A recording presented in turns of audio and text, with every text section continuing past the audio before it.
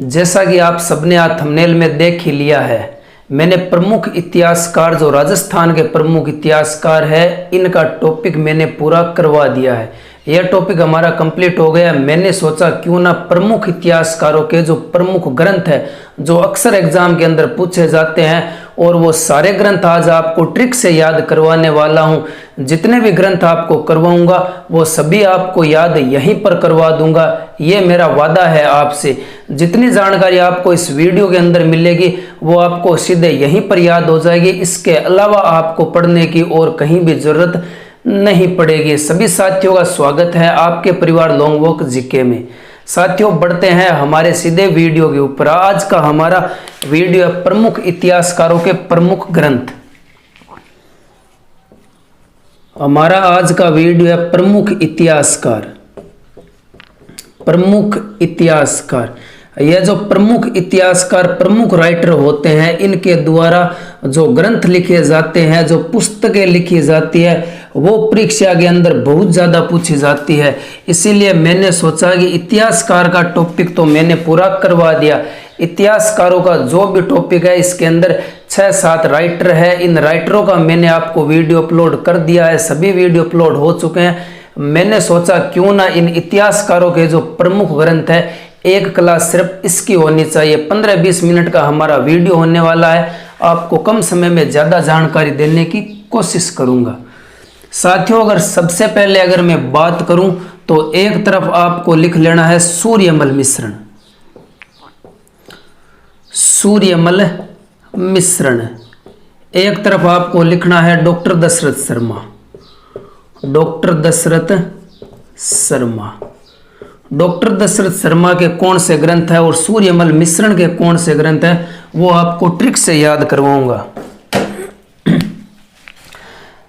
बात करूं अगर मैं कि सूर्यमल मिश्रण को सबसे पहले राजस्थान के राज्य कवि के रूप में प्रसिद्ध हुए।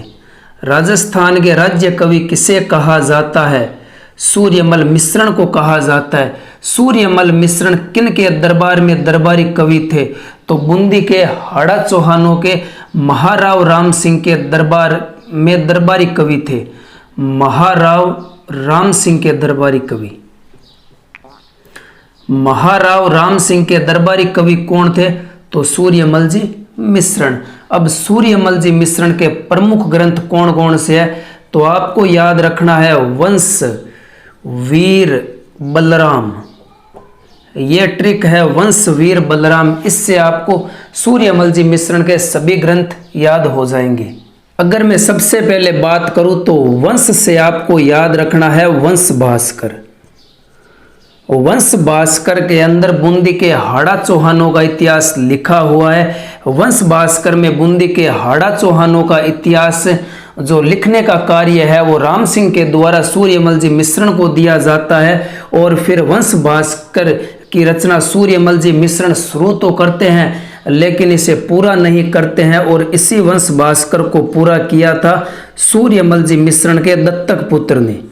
सूर्यमल जी मिश्रण का दत्तक पुत्र कौन है? तो मुरारी दान। मुरारी दान। वीर से याद रखना है वीर सतसई। वीर सतसई का सब्जेक्ट क्या है, विषय क्या है, वीर सतसई के अंदर क्या लिखा हुआ है? तो 1857 की क्रांति का चित्रण वीर सतसई के अंदर दिखाई देता है। बलवंत विलास। बलवंत विलास एक ऐतिहासिक ग्रंथ है जिसकी रचना किसने की थी? सूर्यमल जी मिश्रण ने। राम से आपको याद रखना है राम रंजाट। जब सूर्यमल जी मिश्रण 10 वर्ष की उम्र में थे तो सूर्यमल जी मिश्रण के द्वारा राम रंजाट ग्रंथ की रचना की जाती है, और इसी राम रंजाट ग्रंथ के अंदर लोक संस्कृति की झलक देखने को मिलती है। लोक संस्कृति की झलक देखने को मिलती है। ये थे सूर्यमल जी मिश्रण के प्रमुख ग्रंथ। ये इसकी ट्रिक है वंश वीर बलराम। वंश से हो जाएगा वंश भास्कर, वीर से हो जाएगा वीर सतसई, बल से हो जाएगा बलवंत विलास, राम से हो जाएगा राम रंजाट। बात करेंगे अब डॉक्टर दशरथ शर्मा के प्रमुख ग्रंथों की। डॉक्टर दशरथ शर्मा के प्रमुख ग्रंथों की कौन सी ट्रिक है? तो इनकी ट्रिक है सम्राट अली ने राजस्थान में लेक्चर दिए। सम्राट अली ने क्या दिए? राजस्थान में लेक्चर दिए। सम्राट से हो जाएगा सम्राट पृथ्वीराज चौहान तृतीय और उनका युग। इस ग्रंथ की रचना किसने की थी? तो डॉक्टर दशरथ शर्मा ने की थी। सम्राट पृथ्वीराज चौहान तृतीय और उनका युग सम्राट पृथ्वीराज चौहान तृतीय को राय पिथौरा भी कहा जाता है। अली से हो जाएगा early Chauhan dynasties. Early Chauhan dynasties यह पुस्तक किसने लिखी थी?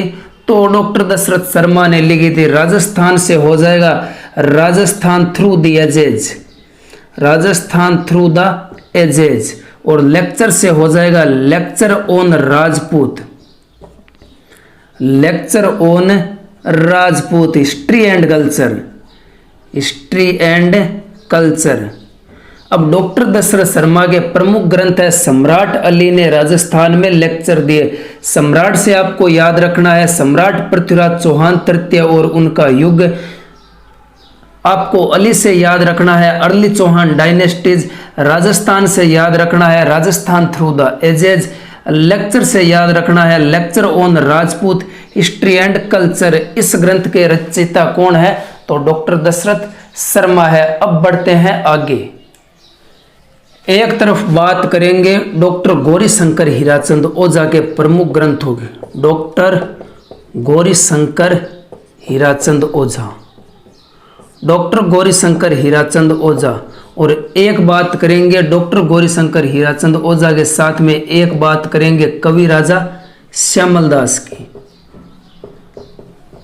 श्यामल दास के प्रमुख ग्रंथों की बात करेंगे। इनके बारे में डिटेल से वीडियो मैंने डाल रखा है। आप जाना प्लेलिस्ट के अंदर राजस्थान इतिहास के नाम से प्लेलिस्ट बनी हुई है। वहां पर आपको प्रमुख इतिहासकारों के सभी वीडियो मिल जाएंगे।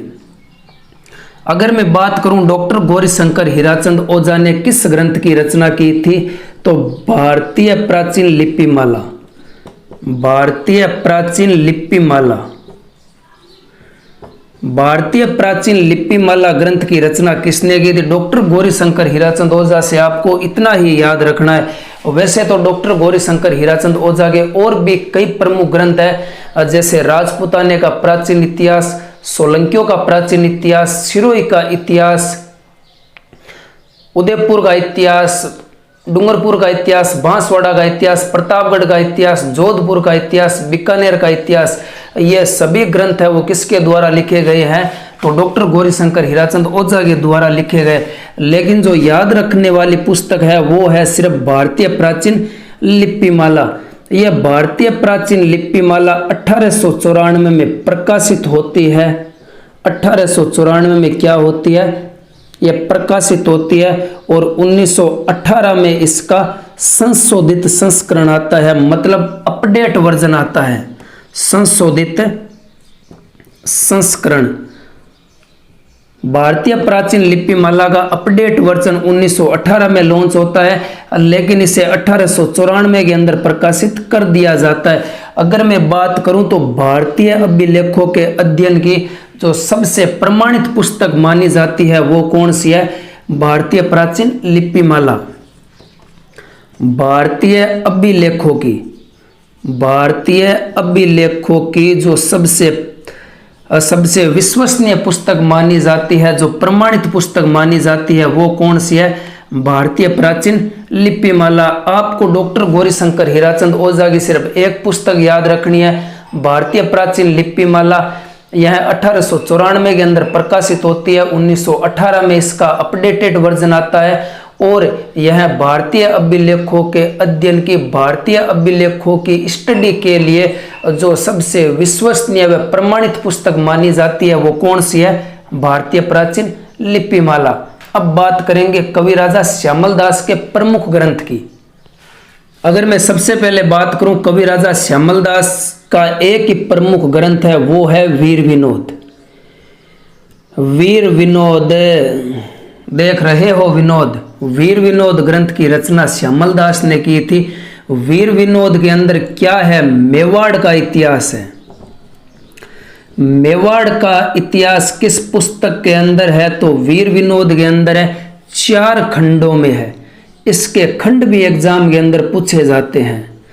राजस्थान पुलिस में एक बार पूछा गया था, 2018 की भर्ती में पूछा गया। आप कमेंट करके बताओ कि विजयदान देता कि कौन सी बुक है जो 16 खंडों में विभाजित है। यह प्रश्न 2018 की वैकेंसी के अंदर पूछा गया था, थोड़ा भी याद नहीं आ रहा है। वीर विनोद पुस्तक है वो 4 खंडों में है। इसके अंदर मेवाड़ का इतिहास लिखा हुआ है। वीर विनोद ग्रंथ की रचना किसके समय शुरू होती है, ये शुरुआत कब होती है, सर्वाधिक विकास और इस पर रोक कब लगती है, ये एग्जाम के अंदर पूछा जाता है। वीर विनोद ग्रंथ लिखना ये शुरू करते हैं मेवाड़ के महाराणा होते हैं उस समय शंभू सिंह। शंभू सिंह के शासन काल में वीर विनोद ग्रंथ की रचना शुरू करते हैं कवि राजा श्यामल दास, और यह सर्वाधिक लिखी जाती है। इसका सर्वाधिक विकास होता है महाराणा सज्जन सिंह के समय, महाराणा सज्जन सिंह के समय। लेकिन अब इस पर रोक लगाएगा फतेह सिंह। फतेह सिंह के द्वारा वीर विनोद ग्रंथ के ऊपर रोक लगाई जाती है। आपको सिर्फ इतनी बातें याद रखनी है वीर विनोद ग्रंथ से। वीर विनोद की रचना किसने की थी, कवि राजा श्यामल दास ने की थी। वीर विनोद ग्रंथ के अंदर मेवाड़ का इतिहास है, ये 4 खंडों में विभाजित है। और वीर विनोद ग्रंथ लिखना शुरू करते हैं मेवाड़ के महाराणा शंभू सिंह के समय। इसका सर्वाधिक विकास होता है महाराणा सज्जन सिंह के समय, लेकिन इस पर रोक लगाई जाती है फतेह सिंह के द्वारा, मेवाड़ के महाराणा फतेह सिंह के द्वारा। अब बढ़ते हैं आगे। ये 2 इतिहासकार अंतिम है, एक तो है कर्नल जेम्स टोड। एक कौन है, एक है कर्नल जेम्स टोड और एक है दयाल दास। 2 इतिहासकार और है, इनके और प्रमुख ग्रंथों के बारे में देख लेते हैं एक बार। जो परीक्षा के अंदर पूछा जाता है वहीं आपको यहाँ पर याद करवाने की कोशिश कर रहा हूँ, अन्यथा आपको ऐसी कोई भी जानकारी यहाँ पर नहीं लिखी जाएगी जो आपके पेपर में किसी काम की कोनी मैं लिखा दूँ थाने पचवा चीज मतलब की कोनी हो साथियों। अगर मैं बात करूँ कर्नल जेम्स टोड की, तो सबसे पहले कर्नल जेम्स टोड को कहा जाता है घोड़तेड़ो बाबो, घोड़े वाले बाबा। अरे घोड़े वाले बाबा, बाबा बोला, घोड़े वाले बाबा कहा जाता है कर्नल जेम्स टोड को। राजस्थान इतिहास के पिता अगर मैं बात करूं, राजस्थान इतिहास के पिता कहा जाता है कर्नल जेम्स टोड को। राजस्थान इतिहास के पिता कर्नल जेम्स टोड को क्यों कहा जाता है, क्योंकि राजस्थान के इतिहास को क्रमबद्ध व विस्तार से लिखने का कर्तव्य निभाया था तो कर्नल जेम्स टोड ने निभाया था, इसीलिए कर्नल जेम्स टोड को राजस्थान के इतिहास का पिता कहा जाता है। इन्हें ही घोड़े वाले बाबा भी कहा जाता है। अब बात करें इनके प्रमुख ग्रंथों के बारे में। इनका पहला ग्रंथ आपको याद रखना है annals and antiquities of Rajasthan. Annals and antiquities, annals and antiquities of Rajasthan, annals and antiquities of Rajasthan. यह ग्रंथ किसने लिखा है, कर्नल जेम्स टोड ने लिखा है। अंग्रेज आदमी है तो ग्रंथ भी इंग्लिश के अंदर लिखी। दूसरा ग्रंथ है travels in western India, in western India, travels in western India. जब मैंने इसकी हिंदी अनुवाद की तो इसकी हिंदी अनुवाद आती है पश्चिम भारत की यात्रा। आपसे सीधा भी पूछा जा सकता है कि पश्चिम भारत की यात्रा पुस्तक किसने लिखी है, तो कर्नल जेम्स टोड ही आपको उत्तर देना है, क्योंकि इंग्लिश के अंदर इसका नाम है ट्रेवल्स इन वेस्टर्न इंडिया। इसका हिंदी अनुवाद होता है पश्चिम भारत की यात्रा।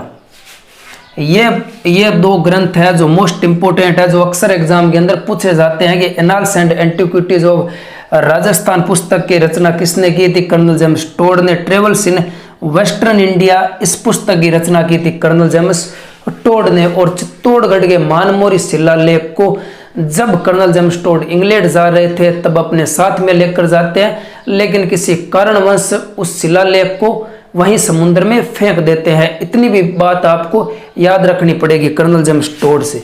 दयाल दास ने लिखी है बीकानेर के राठौड़ों की ख्यात, बीकानेर के राठौड़ों की ख्यात। बीकानेर के राठौड़ों की ख्यात किसने लिखी है, दयाल दास ने लिखी है। लेकिन पेपर के अंदर पूछा जाता है दयाल दास री ख्यात। बीकानेर के राठौड़ों की ख्यात है वो किस नाम से प्रसिद्ध होती है?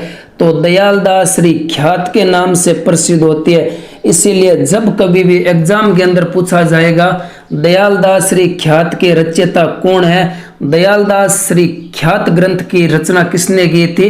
तो ये की थी दयालदास जी ने की थी। ये आपको याद रखना है, दयालदास से हो जाएगा, दयालदास जी ने इसकी रचना की थी।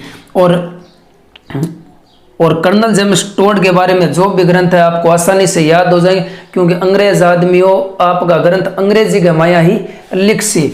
याद रख लिया, annals and antiquities of Rajasthan travels in western India. साथियों ये थी हमारी आज की जानकारी। मैंने आपको जो राजस्थान के प्रमुख इतिहासकार है इनके द्वारा जो प्रमुख ग्रंथों की रचना की गई है, जो अक्सर एग्जाम के अंदर पूछे जाते हैं, वही मैंने आपको याद करवाने की कोशिश की है। अगर आपको वीडियो अच्छा लगा हो तो आप अपने मित्रों में से शेयर जरूर करना, वीडियो पर अपना प्यार दिखाना। मिलते हैं कुछ और भी नई जानकारी के साथ में, तब तक के लिए जय हिंद, जय भारत।